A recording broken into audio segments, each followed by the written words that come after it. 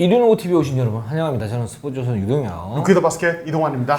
예, NBA 6월 마지막 주 루먼 팩트 시작을 하도록 하겠습니다. 자, 댓글 우선 정책위에서 저희 댓글부터 한번 얘기를 갖다 해보도록 하겠습니다. 지금 저는 이런 부분 굉장히 바람직하다고 생각을 하는데 저희가 지난번에 얘기를 하지 않았습니까?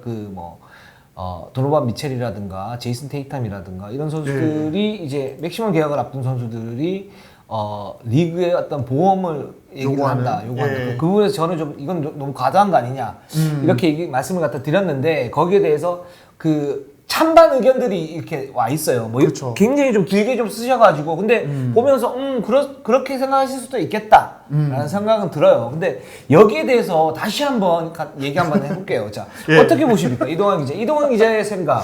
예. 저는 근데 그 보험의 수준이 어느 정도인가, 그리고 그들이 생각하는 보험이 어떤 적용돼야 되는 부상의 정도가 어느 정도인가에 따라서 조금 이제 상황이 달라질 수 있다고 보는데, 다만 저는 기본적으로는 이런 선수의 요구들이 충분히 있을 수 있는 일이다라고 생각합니다. 왜냐면은 비정상적인 리그잖아요. 어쨌든 재개되는 시즌은 정상적인 리그는 아니란 말이에요. 네네.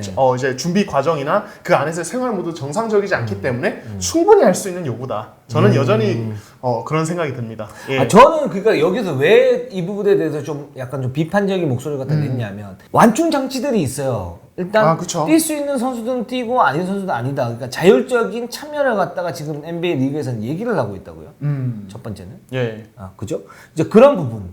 그 부분에서 그러면 이 선수들이 과연 이 요구하는 것들이 약간 과도한가, 과도하지 않은가, 이런 이제 판단을 해야 되는 거잖아요. 근데 그 부분에서 저는 약간 과도하다라는 생각이 들었기 때문에 거기에서 이제 좀 약간 비판의 목소리를 갖다 낸 건데, 요거는 저는 이제 뭐 틀린 문제라기보다는 좀 다른 문제 같아요. 그렇죠. 예, 그럴 수 있지 않습니까? 입장이나 바라보는 시각에 따라 다를 수 있는 것 같고, NBA가 사실은 그 이제 말씀하신 그런 안전장치, 완충 장치를 이제 준비를 해뒀어요. 113페이지에 달하는 프로토콜, 그렇죠. 어떤 이런 것들을 정리를 해서 이제 구단에 배포하고 선수들에게도 보여줬고, 사실 그런 부분이 있기 때문에 뭐 그거 다 준비까지 다 해놨는데 뭘 더 요구할 수 있을까? 거기에 또 플러스 알파가 뭐냐면, 지금 리그를 재개를 하면 그 몸 상태에 대한 어떤 부담감 따라서 이제 부상의 위험도가 높고, 그렇기 때문에 보험의 어떤 부분에 갖다 얘기를 해야 된다라고 얘기를 했잖아요. 근데 자, 유럽 축구 같은 경우에 지금 그런 부분이 있습니까? 없습니다. 예. 그러니까 똑같은 리그가 재개가 되고 사실은 어떤 뭐 활동력이나 아니면 부상의 위험도에 대해서는 유럽 축구가 NBA보다 적다라고 할 수가 없어요. 그쵸. 거기도 리그가 중단됐다가 다시 재개하는 건데, 거기서는 그런 부분이 없어요. 근데 여기 NBA는 신예 선수들, 그 맥시멈 계약을 앞둔 선수들이 그런 얘기를 하는 거예요. 이 부분은 저는 집단적인 어떤 약간의 이기주의가 있다라는 판단이 드는 거예요.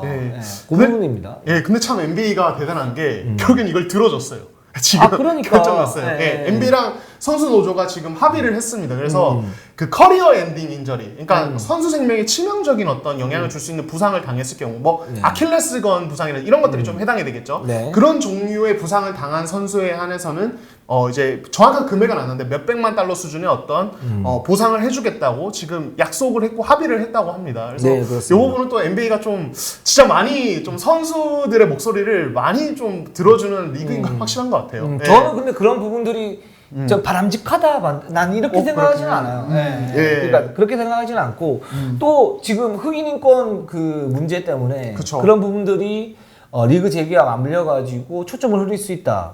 여기에서 사실은 에이브리 브래들리 같은 경우는 지금 옵트아웃을 선언을 했죠. 그렇죠. 그러니까 안 뛰겠다라고 얘기를 한 거죠. 물론 그럴 수 있어요. 근데 이게 혼재되면 안 된다라고 생각이 들어요. 그러니까 거기에 대한 이유는 두 가지. 코로나에 대한 전염성, 그 부분. 그다음에 두 번째 흑인인권 성장. 근데 이게 혼재가 돼 있어요. 그쵸. 어떤 부분인지 저는 이게 좀 답답해요. 그 이야기를 할 때 그 이유에 대해서 조금 더 명확하게 하는 것이 진짜 필요하다고 봅니다. 그렇습니다. 이 부분에 대해서 토론을 갖다 좀 더 하고 싶은데, 솔직히 얘기해서. 근데 시간이 지금 없는 관계로 이 정도로 이제 정리를 하도록 하겠습니다. 자, 그러면 6월 마지막 주 NBA 루멘 팩트 한번 가보도록 하겠습니다. 일단 지금 올랜도 행에 대한 여러 선수들의 반응이 속속 들어오고 있죠.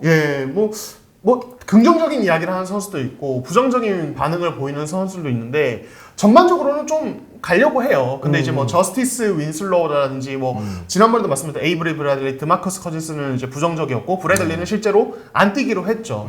뭐 그런 상태인데, 근데 근본적으로는 이제 ESPN의 브라이언 윈도우스트 기자는 이런 이야기를 했습니다. 이 기자가 이제 굉장히 이제 오랫동안 NBA 쪽 취재를 해온 기자인데 아니 전체적인 이런 기자고 그 사람도 기자야. 아니 근데 이제 또 왜? 현장의 목소리를 조금 더 가까이 들을 수 있잖아요. 오케이. 그래서 이제 그분도 KBL 할 때는 저희를 거론하겠죠. 뭐 유동훈 기자한테 들었는데. KBL 취재를 할까?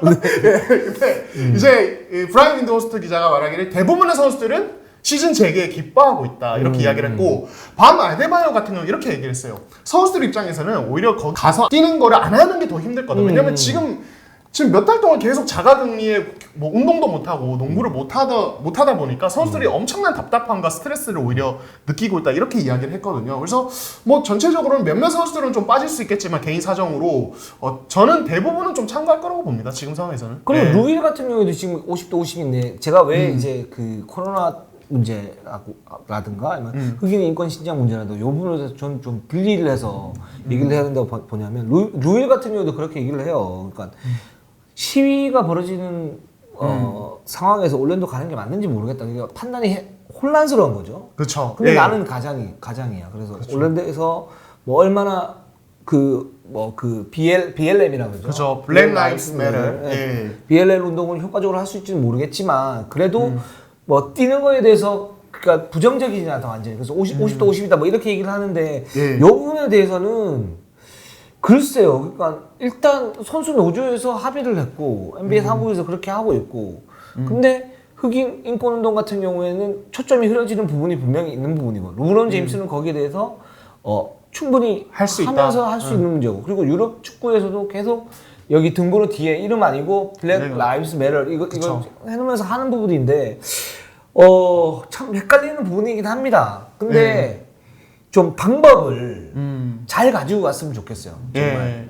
그리고 조금은 저는 개인적으로 이제 좀 말씀을 드리자면 좀 특수성이 있긴 하다고요. 미국 같은 경우. 그러니까 미국이 사실은 전 세계에서 코로나 대처를 제일 못한 나라이고 트럼프 대통령이 엄청난 지금 이제 인권 문제랑 코로나 관련해서 엄청난 비난을 받고 있고 지금 대선이 또 얼마 안 남았잖아요. 이런 상황에서 제가 이제 좀 현지 이야기들 좀 체크해 본 바는 이런 의견도 있다고 하더라고요. 그러니까 트럼프 대통령이 지금 뭐 NBA뿐만 아니라 모든 4대 스포츠를 좀 재개시키려고 메이저리그도 지금 재개가 확정이 거의 됐고 그렇죠. 그러니까 만나가지고 총재들 만나고 이랬는데 이것들이 어떻게 보면 그제 스포츠를 통해서 그런 문제들을 덮고 그렇게 하려는 어떤 이제 좀 정치적 의도가 깔려 있다 이렇게 생각하는 선수들도 실제로 좀 있다고 하더라고요. 그 얘기 계속 했잖아요. 그런 정치적 그 의도가 있다고. 그러니까 그런 문제까지 더불어서 지금 NBA 선수들 대부분이 사실은 트럼프에 대해서 굉장히 좀 부정적인 시각을 가지고 있고 사실 리그 자체도 트럼프 호의적이지가 않아요. 백악관 안 가잖아요 이제. 그렇죠. 그렇다 보니까 조금 더 그런 경향이 좀 더 있지 않나 다른 뭐 스포츠 리그에 비해서 저는 그런 생각이 들어요. 알겠습니다. 자 그리고 지금 부상 컴백비 시즌 아웃 소식이 있습니다. 그렇죠. 지금 이제 클레이 탐슨 같은 경우는 지난해 파이널 마지막 경기에서 십자인대가 파열되는 부상을 당했었는데 현재 100% 어떤 회복이 된 상태고, 그러니까 수비자 없이 하는 훈련, 뭐 3대0 훈련, 5대0 훈련, 이런 훈련들은 정상 소화를 이미 하고 있다고 해요. 그리고 지금 이제 뭐 100% 아무 제약 없이 훈련할 수 있다는 진단이 내려져서 뭐 이번 여름에 사실 골든스테이트 팀 자체적으로 뭐 캠프 같은 게 좀 있을 거라고 예상이 되는데 그런 것들도 정상 참여할 것이다 이렇게 이야기가 나오고 있습니다. 골든스테이트는 지금 올랜도는 행은 좌절이 되는 상태고, 그렇죠. 탐스는 지금 부상 컴백이 가능한 그런 상태. 그리고 빅터 올라디포가 이제 올란도 형이 불투명하다고 지금 소식이 들어와 있습니다. 그렇죠. 지난해 초에 올라디포가 이 대퇴사두근이 파열되는 부상을 당했었고 올해 초에 복귀했는데 경기력이 굉장히 안 좋았습니다. 그러니까 올라디포 본인이 말하기를 복귀 시점에 내 몸 상태는 한 80% 정도밖에 안 됐다 이렇게 이야기를 했고 조만간 재검진을 받고 이제 올랜도에 갈지 말지를 좀 결정하는 상황이 될 거라고 하더라고요. 그래서 올라디포도 어느 정도 몸 상태 끌어올리고 있지만 올랜도 뛸 수 있을지 없지는 불확실하다 이렇게 말씀드리고 싶네요. 상태가 지금 좋지는 않다라고 보는 거고, 그리고 지금 피닉스의 그 핵심 포워드인 켈리 우브레 이 선수가 시즌 아웃이 됐죠. 피닉스가 이제 거의 막차로 서북에서 막차로 이 올랜도에 가게 됐는데, 근데 이제 말씀하신 대로 포워드 핵심 자원인 켈리 우브레가 시즌 아웃을 이제 선언을 했습니다. 2월 말에 반월판 손상을 당했었는데 그 후에 수술을 받았거든요. 그때만 해도 뭐 한 4주 뒤에 재검진하자, 경과를 지켜보자 약간 이런 상황이었는데 제가 봤을 때는 뛸 수도 있는데 무리를 안 하기로 한 것 같아요. 그래서 지금 이제 시즌 아웃을 선언한 상태입니다. 예. 그렇습니다. 그리고 CBS 스포츠닷컴에서 만약에 이런 카이리 어빙이 얘기한 부분에 대해서 동조하는 선수들 그리고 거기에 대해서 불참을 하는 선수도 있을 경우에 전력을 가장 단기적으로 올릴 수 있는 FA 선수 중에 누가 제일 뜨겁냐? 디마커스 커즌즈. 이 선수인데 이 선수도 결국은 올랜도 행을 포기했습니다. 예, 그렇죠. 네. 예. 근데 커즈스 같은 경우는 사실은 좀 그냥 뭐랄까요, 부상 여파인 것 같아요. 작년 여름에 사실 십자인대 파열 됐잖아요. 네네. 그러니까 지금 이제 거의 클레이 탐슨보다 좀 늦게 십자인대 다쳤고 탐슨도 전에 말씀하신 이제 복귀가 가능해진 시점인데 뭐 커즌스는 오죽하겠습니까? 그래서 커즌스는 뭐 본인이 어떤 의견을 밝힌 적은 없지만은 올랜도에 가는 거 코로나에 대한 어떤 걱정보다는 그냥 부상 어떤 문제가 있지 않을까. 그 문제가 네. 맞는 것 같아요. 사실 커즌스 같은 경우는 지금 입증해야 되는 선수가 그쵸. 돼버렸잖아요. 예. 그러니까 부상이 워낙 많았었고 또 지난 골든스테이트에서 그때 당시에 1년 계약을 했었는데 그때도 이제 NBA 챔피언 결정전에서 부상을 당해가지고 또다시 이제 재활 그쵸. 하는 그런 상황이었기 때문에 그래서 커즌즈가 이제 부상에 대한 어떤 부분들의 가치가 굉장히 폭락한 그런 선수였는데 만약에 이 선수가 자신이 있었다 몸 상태에 그랬으면 뭐 예를 들어서 LA 레이커스라든가 뭐 클리퍼스라든가 그쵸. 이런 팀들하고 접촉을 하면서 들어갈 수 있는데 올랜도 행을 포기했다라는 거는 그런 부분에 대한 문제가 좀 많이 있는 것 같고요. 예. 네, 그렇습니다. 그리고 지금 이 얘기는 조금 특이한 것 같아요. 보스턴의 에네스 칸터. 예. 이 선수가 터키 출신인데 아버지가 7년간 수감 생활한 이후에 풀려나가지고 굉장히 기뻐한 그쵸. 모습들이 있어요. 그 아버지가 메멧 칸터인데 이 메멧 칸터라는 분이 터키 정부를 부정하는 테러리스트로 수감을 당했어요. 그렇죠. 예. 근데 이게 또 이제 터키 같은 경우는 우리 예전에 했던 군부 그런 시절처럼 뭐 군부 쿠데타도 일어나고 거기에 따른 뭐 이제 정권이 굉장히 좀 불안한 그런 상태인데 여기에는 이제 그 사람이 있습니다. 터키의 그 세계적인 지성 페톨라 귤렌이라는 분이 계시는데 그분이 군부 쿠데타의 어떤 배후였다. 그래서 터키 정부가 숙청 작업을 하는 과정에서 이 에네스 칸터의 아버지 메멧 칸터가 페툴라 귤렌을 추종하는 그리고 굉장히 적극적으로 동조하는 그런 분이셨다고 그래요. 그래서 감옥에 들어갔다가 7년 만에 풀려서 에네스 칸터가 굉장히 좋아하는 그쵸. 그런 예. 모습들 갖다 있었습니다. 그러니까 지금 칸터를 둘러싼 이 터키 어떤 정치 어떤 문제가 되게 좀 첨예하긴 해요. 그러니까 칸터 같은 경우는 미국에서 선수 생활을 지금 하고 있는데, 네. 그리고 이제 현 정부를 되게 세게 비판해서 지금 뭐 거의 뭐 터키 들어가면 바로 그냥 잡혀 들어가는 상태거든요. 그렇죠. 뭐 살해 위협도 받았다 이런 얘기도 했었었고요. 그렇죠. 그래서 미국으로 망명을 한 상황이고, 그래서 그 이제 NBA의 토론토에 이제 팀이 있잖아요. 토론토 랩터스. 그러니까 미국 밖으로 나가는 거니까 그런 문제도 좀 약간 민감했었다고 해요. 그러니까 네. 그 정도로 좀 칸터 같은 경우는 이제 사실 농구 외에도 신경 쓸 문제가 상당히 많은 그런 상태로 볼 수 있겠죠. 네, 예. 그렇습니다. 그리고 그다음 들어온 소식, 덴버의 핵심 센터 예. 니콜라 요키치 코로나가 확진됐습니다. 예, 니콜라 요키치가 최근에 이제 그 되게 마른 모습을 보여서 화제가 됐잖아요. 네. 근데 그 마른 모습을 보인 행사장에 이제 테니스 어떤 이제 젊은 선수가 있었는데 이 선수가 그 조코비치가 이런 테니스 대회에 참가했던 네. 선수였다고 해요. 네네. 그래서 그리고 그 선수가 확진 판정을 받아서 이거 요키치 혹시 확진 판정 나는 거 아니냐, 코로나 걸린 거 아니냐 이런 얘기가 있었는데 결국에는 확진 판정 났고 그 대회를 연 조코비치로 지금 엄청난 비난을 받고 있고 지금 그런 상황이죠. 그래서 요키치 같은 경우는 근데 일단은 어쨌든 미국에는 올 거라고 합니다. 네. 네, 그러니까 지금 이제 증상이 전혀 없다고 하고 지금 이제 NBA 규정상 이번에 이제 올랜도 리그를 마련하면서 두 번의 네거티브, 두 번의 음성 판정을 받으면은 미국으로 일단 올 수 있고 그 다음에 올랜도로 들어가기 전에 한 번 더 음성 판정 그 어떤 심장 검사가 있어야 되거든요. 네. 그거 통과하면은 그래도 일단은 합류는 할 것이다. 다만 불안은 할 수 있겠죠. 다른 그리고 선수들도. 컨디션 조절에서 네. 굉장히 좀 힘들겠어요. 그렇게 되면. 아 그렇죠. 예, 지금 안 그래도 체중이 갑자기 많이 빠져가지고 지금 리그 중단되고 지금 들린 얘기는 한 20kg 더 빠졌다는 얘기가 있었거든요.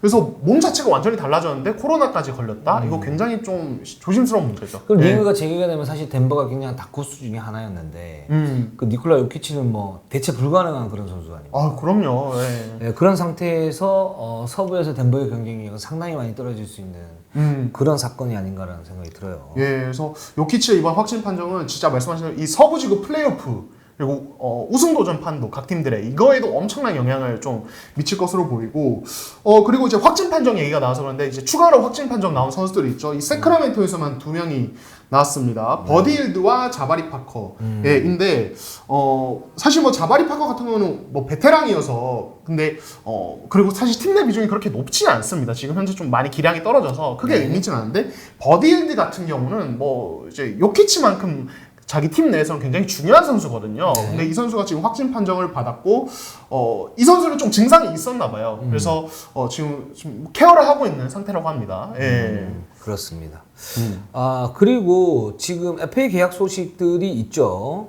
예, 그렇습니다. 지금 뭐 이제 몇몇 선수들이 계약을 지금 맺으면서 올랜도로 갈 준비를 하고 있는 그런 상황인데요.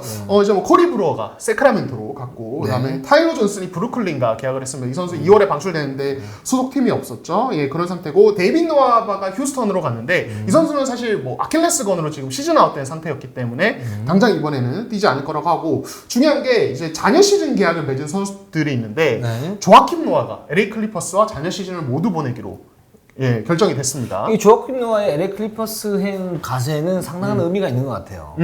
어떤 부분이세요? 그 클리퍼스가 기본적으로 뭐 이동환 기자도 그렇게 얘기를 했었고 저도 막 동의하는 부분인데 PO를 갔을 때 굉장히 강력한 다크 우승은 될 수 있다. 단 어떤 약점을 메워야 된다. 그 약점이 뭐냐면 일단은 센터진의 몬트레al 헤럴과 그 주바치 선수가 있는 거기에서 승부처에서 어떤 수비력이 문제가 될 수 있다. 그렇죠. 이렇게 지금 얘기를 했었었고. 근데 그 부분에서 그러면 메울 수 있는 어떤 그 베테랑 센터를 데리고 올 수 있는 부분들이 있는데 그 부분에서는 조아킴 노아가 적격인 카드 아니냐.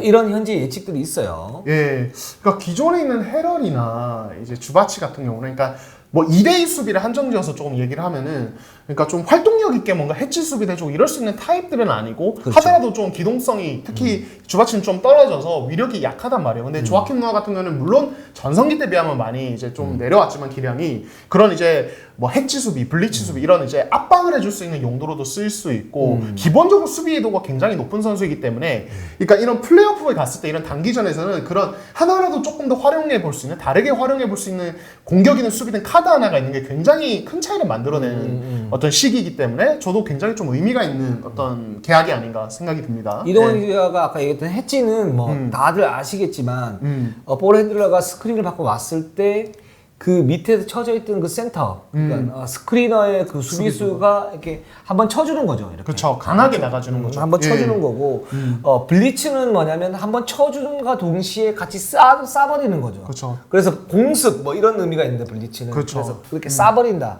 좀 더 강한 엣지, 강력한 엣지라고 보시면 될 것 같아요. 예, 그렇습니다. 그렇습니다. 그리고 지금 보면 그 안드레 드러먼드 안드레 드러먼 소식이 있죠. 클리블랜드와 1년 계약을 갖다가 연장한다고. 예. 그러니까 안드레 드러먼드가 올해 그 이제 옵타웃을 통해서 FA 자격을 얻을 수 있는 상황이었는데 드러먼드가 최근에 라디오 방송에 출연해서 어떤 이야기를 했냐면 옵타웃을 하지 않겠다 이렇게 사실상 뭐 선언을 해버렸습니다. 그러니까 옵트인을 하면은 다음 시즌에 2,800만 달러가 넘는 돈을 받을 수 있는데 이제 FA로 나가게 되면 그 돈을 포기하고 자격을 얻는 거죠. 근데 지금 현재 뭐 코로나 바이러스도 그렇고 지금 각 팀들의 샐러리 캡 상황 그리고 드러먼드의 가치를 고려해봐도 당장 드러먼드가 이거보다 좋은 연봉을 받을 수 있는 상황은 아니다. 그렇죠. 이제 그런 부분 때문에 판단을 한 것 같습니다. 예. 알겠습니다.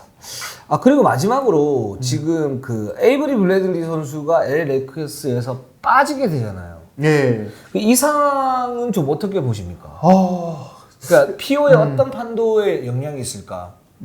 근데 사실 레이커스가 그냥 수비적인 면만 보면은 데니 그린이나 켄타비우스 칼델 포프도 좋은 수비수들이어서 그러니까 브래들리 빠지면 앞선 수비가 무너져라고 말할 수 있는 상황까지는 아니에요. 그렇죠. 근데 저는 사실은 오히려 좀 공격적인 면을 조금 이야기를 하고 싶거든요. 그러니까 브래들리가 뛰어난 수비수이고 그게 최대 장점이긴 한데 리그 중단 직전에 브래들리가 보여준 퍼포먼스에서 가장 큰 의미가 있었던 부분은 득점이에요. 사실 이 선수가 3점을 생산해 주는 게 레이커스에 엄청난 큰 힘이 되었고 그게 미러키와 클리퍼스를 잡는데 도움이 됐거든요. 브래들리가 빠지면은 그런 앞선에서 르브론의 패스를 받아먹을 수 있는 어떤 자원이 하나 줄어든다. 이런 부분은 좀 문제가 있는 것 같아요. 근데 데니 예. 그린이나 KCP도 그런 부분에서는 뭐 괜찮잖아요. 근데 데니 그린이나 KCP 말씀하신 대로 그런 부분이 있지만은 리그 중단 어떤 시기를 기점으로 봤을 때는 브래들리만큼 기여도가 높지 않았어요. 의외로 데니 그린은 되게 기복이 심해요. 올 시즌 특히 공격에서는. 예, 그러니까